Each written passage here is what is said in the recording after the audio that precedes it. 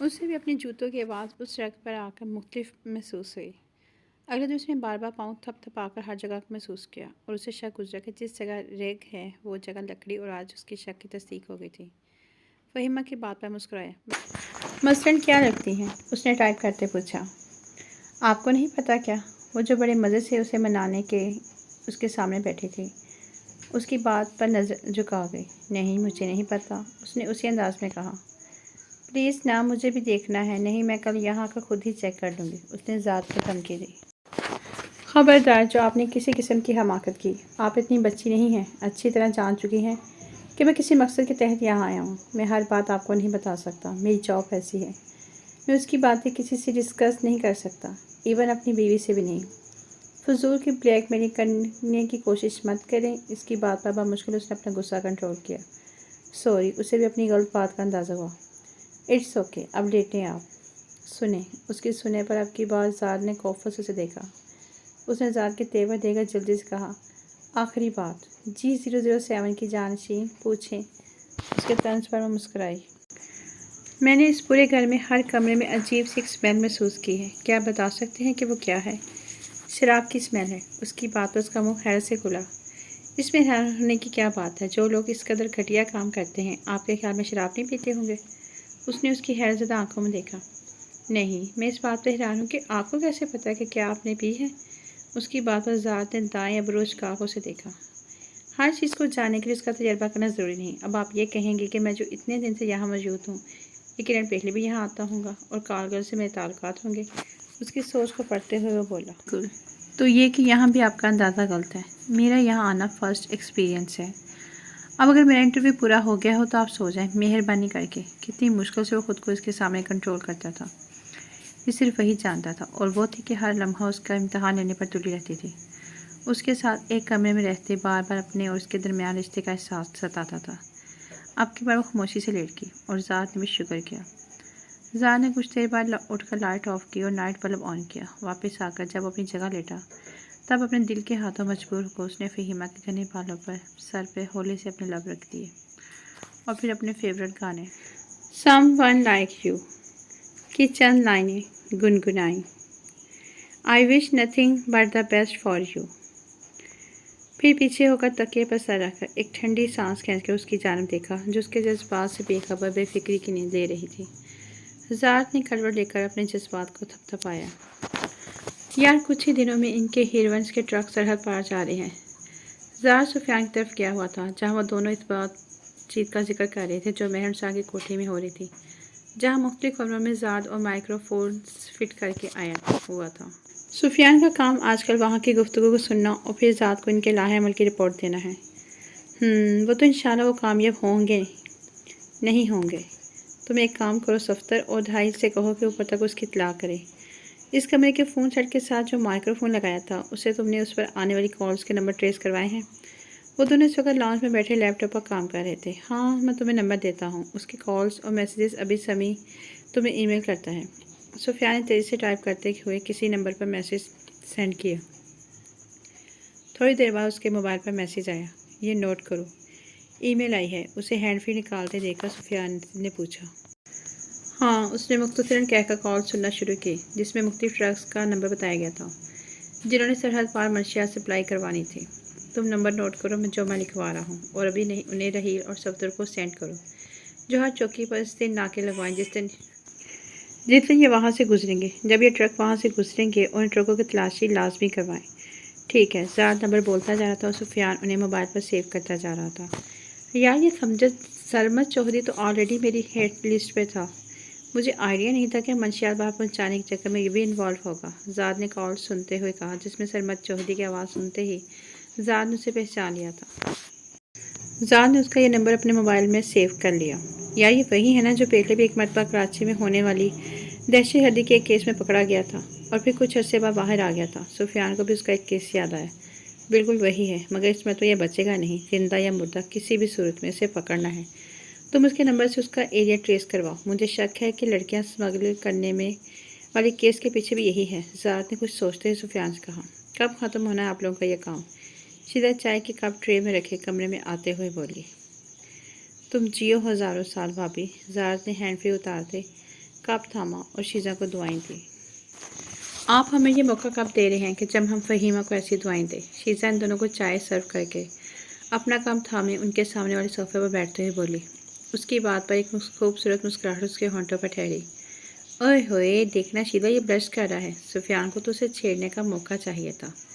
बक बक न कर, ज़ारत ने उसके कंधे पर धमोका जड़ते हुए कहा।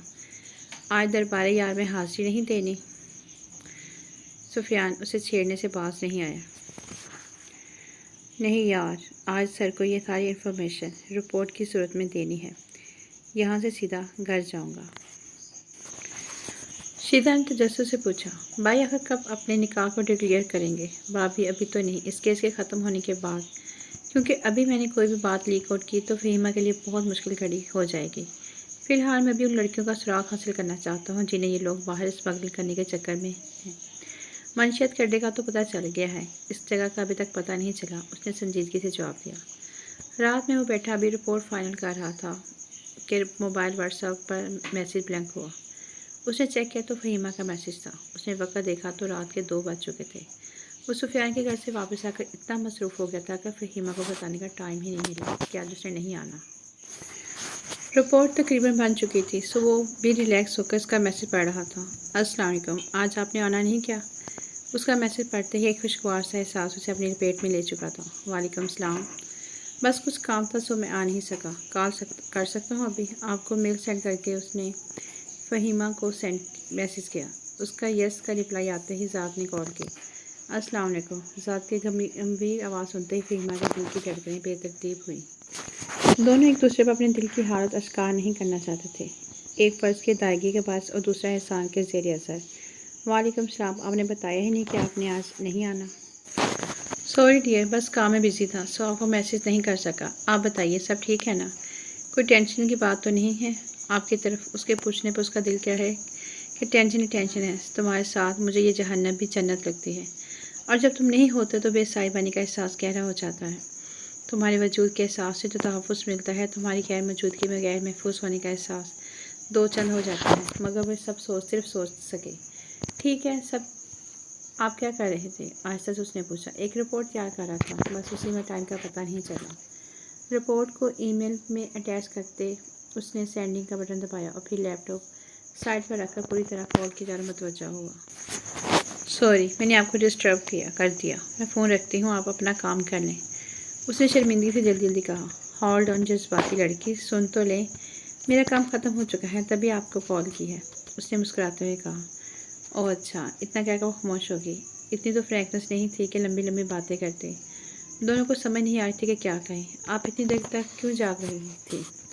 आखिर ज़ात ने खामोशी तोड़ी। बस आपका वेट कर रही थी, फिर नींद ही नहीं आई तो सोचा आपको मैसेज करके पूछूं। आपकी फ़िक्र हो रही थी, उसने सादगी से बताया। ये जाने बगैर कि उसके सादा से लहजे ने किसी के दिल की दुनिया में हलचल मचा दी। Thanks for this concern.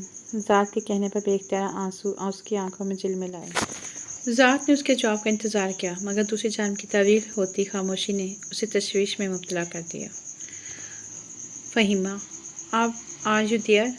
उसके पूछने पर उसकी सिर्फ हूँ की आवाज़ सुनाई दी। क्या बात है, आप बात क्यों नहीं कर रही? नींद आ रही है क्या? उसके पूछने पर दूसरी जानब सिसकियों की आवाज़ सुनाई दी। फ़हीमा, क्या मसला है, बात करें, परेशान क्यों कर रही हैं आप? और ये आप रो रही हैं? उसने झिंझलाहट से कहा। आपके बगैर बहुत डर लग रहा है यहाँ। उसकी रोती हुई आवाज़ में निकले अल्फाज ने कितनी देर तक ज़ात को सुन कर दिया। हनी, ऐसे नहीं करते, मैं कल मस्त आऊँगा।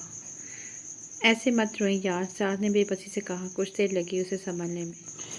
नहीं, मैं ये नहीं कह रही, बस पता नहीं क्यों आप पास होते हैं तो सब ठीक लगता है, मगर अभी पता नहीं क्या हो रहा है। उफ, पर मैं पता नहीं क्या क्या बोल रही हूँ। आई एम सॉरी, मैंने आपको परेशान कर दिया। मुझे समझना चाहिए था कि आप यहाँ किसी मकसद से आए थे, और मुझे बार बार आपको अपने लिए डिस्टर्ब नहीं करना चाहिए। सॉरी, वो पता नहीं क्या क्या बोले जा रही थी। अपने बेतकल्लफ होने पर शायद वो शर्मिंदा हो रही थी, या फिर कोई और एहसास था जिसे वो ज़ात तक पहुँचाना नहीं चाहती थी, मगर उसकी बेतरतीब बातें पहुँचा गई थी। बोलते बोलते उसने खुद ही फ़ोन बंद कर दिया। उफ़, ये मैं क्या कह रही हूँ? एक बंदे के एहसान को कोई और रंग देने लगी हूँ। वो क्यों मुझ जैसी लड़की से मोहब्बत करेगा। फ़हीमा अपनी हमाकत पर सर पकड़े बैठी थी। ज़ाद की आवाज़ सुनते हुए खुद पर से इख्तियार खो बैठी थी। अभी उसे फ़ोन बंद किए कुछ ही देर गुजरी थी कि ज़ाद की फिर से कॉल आई। क्या करूं? अब उसे घबराहट शुरू हो गई। उसने धड़कते दिल के साथ फ़ोन बंद किया। फ़ोन क्यों बंद किया आपने? ज़ाद की संजीदा आवाज़ उसके कानों से टकराई। मुझे लगा मैं आपका टाइम वेस्ट कर रही हूँ, उसने झिझकते हुए कहा। मैंने ऐसा कुछ कहा आपको? उसने उल्टा सवाल किया। नहीं। तो फिर? फ़हीमा, जो लोग रिश्तों में खुद से मकरूज़े लगाते हैं ना, वो हमेशा नुकसान उठाते हैं। आपने कभी भी मुझे डिस्टर्ब नहीं किया। अगर आपका साथ मेरे लिए नागवार होता तो मैं कभी भी आपसे निकाह ना करता। अल्लाह और उसके रसूल को गवाह बनाकर ये जिम्मेदारी मैंने उठाई है। आपको पता है बगैर किसी वजह के अपनी बीवी को छोड़ देने का कितना गुनाह है। आपके ख्याल में यहाँ से निकालने के बाद आपको छोड़ दूँगा तो इंतहाई गलत ख्याल है आपका। आप मेरी मनकूहा हैं, इंशाल्लाह बीवी भी आप ही बनेगी। हर तरह के खदशे को अपने दिल से निकाल दें। उसकी परेशान हालत और खदशों से दाद को बाग कराया कि उसे इस रिश्ते और अपने साथ का यकीन दिलाना अब ज़रूरी हो चुका है। लिहाजा बहुत सलीके से उसने फ़हीमा के खदशों का जवाब दिया। मेरा नहीं ख्याल कि इससे ज़्यादा वाज़ेह अल्फाज फ़िलहाल मुझे कुछ कहने की ज़रूरत है। ये निकाह मेरी अपनी इमां पर हुआ था। मैंने ही भाभी को कहा था वो सब सिचुएशन क्रिएट करने के लिए, और ऐसा क्यों कहा था वो मैं आपको कभी रूबरू बताऊंगा। ज़ात ने अल्फाज में महिमा को एहसास दिलाया कि उनका रिश्ता सिर्फ एहसान में लिपटा हुआ नहीं है। अब क्यों खामोश हैं? फिर से तो नहीं रो रही? उसने फिर से उसके खामोश होने पर फिक्रमंदी से पूछा। नहीं, बस वैसे ही। ज़ात का इतना सा इजहार भी उसके हाथ पांव फुलाने के लिए काफ़ी था। उसका मीठा फिक्रों में गिरा लहजा उसकी धड़कन बढ़ा गया। अब तो डर नहीं लग रहा? कहती हैं तो मैं आ जाऊं? नहीं नहीं, अब बहुत टाइम हो चुका है, मैं ठीक हूँ, अब डर नहीं लग रहा। उसने घड़ी पर टाइम देखते हुए कहा, जो 2:30 बजा रहे थे। गुड, अब लाइट ऑफ करें और बेड पर लेटें, मैं फ़ोन पर ही हूँ। नहीं, मैं फ़ोन बंद करती हूँ, आप भी सो जाएं, सुबह ऑफिस जाना होगा। अब की बार फ़हीमा ने फिक्रमंदी से कहा। जैसा आपको कहा है वैसा करें, उसने डपटते हुए कहा। फ़हीमा ने खामोशी से लाइट ऑफ की और बेड पर लेट गई। दूसरी तरफ ज़ात ने भी यही अमल दोहराया। मैं लेट गई हूँ अब, फ़हीमा की आवाज़ उभरी। गुड, मैं भी अब लेट गया हूँ। एक काम करते हैं, मैं आपको वीडियो कॉल करता हूँ, बातें करते हैं, फिर जब आप सो जाएंगी तो मैं भी सो जाऊँगा। फ़हीमा को ज़ात की बात सुनकर उसे ज़ात पर बेहद प्यार आया। अल्लाह ने कितना अच्छा इंसान उसकी किस्मत में लिखा था। नहीं ना, फिर आप ऑफिस कैसे जाएंगे? उसने तशवीश से कहा। डियर, हमें दिन रात कई कई घंटे जागने की प्रैक्टिस है, डोंट वरी। और प्लीज़ इतना सब कहने के बाद भी अब अगर आप मुझसे फॉर्मल हुई ना तो बहुत बुरी तरह पेश आऊँगा मैं आपके साथ। बस ये याद रखें कि अब आप अपने शोहर से बात कर रही हैं। कुछ भी आप कभी भी और किसी भी वक्त शेयर कर सकती हैं, दिन और रात का सोचे बिना। Got it? उसके प्यार भरे लहजे ने फ़हीमा की आंखें फिर से नम की। जी गुड, मैं फ़ोन बंद करके आपको वीडियो कॉल करता हूँ। उसने साथ ही कॉल काट दी और वीडियो कॉल की। फ़हीमा ने कॉल अटेंड की तो नाइट बल्ब की रोशनी में नज़र आती ज़ात की तस्वीर उसका दिल धड़का गई। दूसरी जानब भी यही हालत थी। अब अपना तकिया ठीक करें और लेट जाएं, उसको कहते साथ ज़ात ने भी मोबाइल दूसरे तकिए के सहारे सीधा रखा और अपने पीछे तकिया सीधा करके रखते उस पर कोहनी फोल्ड की और हाथ की हथेली को सर के नीचे रखकर नींद दराज हुआ। जबकि फ़हीमा तकिया पर सर रखे निगाहें स्क्रीन पर जमाई से देख रही थी।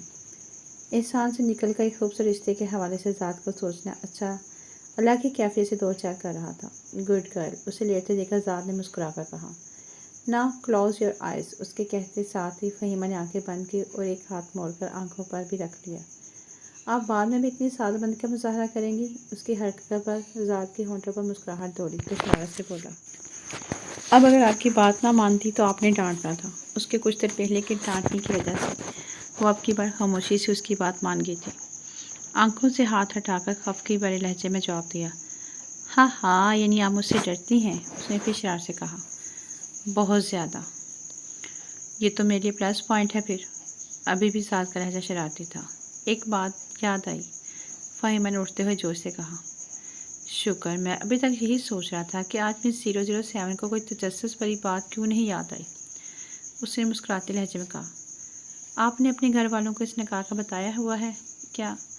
आपके घर में कौन कौन होता है? फ़हीमा की बात पर एक साया सा उसके चेहरे पर लहराया।